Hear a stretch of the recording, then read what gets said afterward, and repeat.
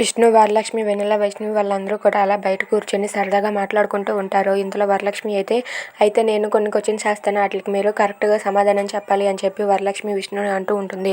దాంతో విష్ణు అయితే సరే అడుగు అని చెప్పి అంటూ ఉంటాడు. ఇక వరలక్ష్మి అయితే ఇలా అడుగుతూ ఉంటుంది, ఆడపిల్లలు చేతికి గోరింటాకు ఎందుకు పెట్టుకుంటారు, దాని వెనుక ఉన్న రహస్యం ఏంటి చెప్పండి అని చెప్పి అడుగుతూ ఉంటుంది. దానికి విష్ణు అయితే ఇలా ఇలా అని చెప్పి సమాధానం చెప్తూ ఉంటాడు. సరే, రెండో ప్రశ్న, ఆడపిల్లలకి చెవులు ఎందుకు కుట్టిస్తారు, దాని వెనక ఉన్న రహస్యం ఏంటి అని చెప్పి అడుగుతూ ఉంటుంది. దానికి కూడా విష్ణు అయితే చాలా స్పష్టంగా వివరిస్తూ దాని గురించి కూడా చెప్తూ ఉంటాడు. ఇదంతా విని వరలక్ష్మి అయితే ఏంటి ఇవన్నీ విష్ణు గారికి ఎలా తెలుసు, విష్ణు గారికి ఇంత లోక జ్ఞానం ఉందా అని చెప్పి అయితే వరలక్ష్మి అనుకుంటూ ఉంటుంది. ఇక విష్ణు ఆ సమాధానాలు చెప్పేసరికి వరలక్ష్మి ఒక్కసారిగా షాక్ అయిపోయి విష్ణు గారికి ఇవన్నీ కూడా ఎలా తెలుసో ఏంటో, చాలా గ్రేట్ అని చెప్పి తనైతే అనుకుంటూ ఉంటుంది.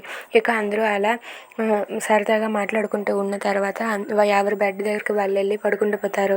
ఇక వరలక్ష్మి, విష్ణు వాళ్ళు కూడా వాళ్ళ బెడ్పై పడుకొని ఉంటారు. ఇంతలో వరలక్ష్మి, విష్ణు వాళ్ళిద్దరూ కూడా నిద్రలోనికి వెళ్ళిపోయాక విష్ణు అయితే వరలక్ష్మిపై చేయి వేస్తాడు. వరలక్ష్మి కూడా విష్ణుపై చేయి వేసి అలా వాళ్ళిద్దరూ కూడా ఒకరినొకరు పట్టుకొని వాళ్ళిద్దరూ అయితే అలా పడుకొని ఉంటారు. వాళ్ళకి తెలియకుండానే ఒకరినొకరు పట్టుకొని వాళ్ళిద్దరూ అయితే అలా పడుకొని ఉంటారు. If you like this video please subscribe.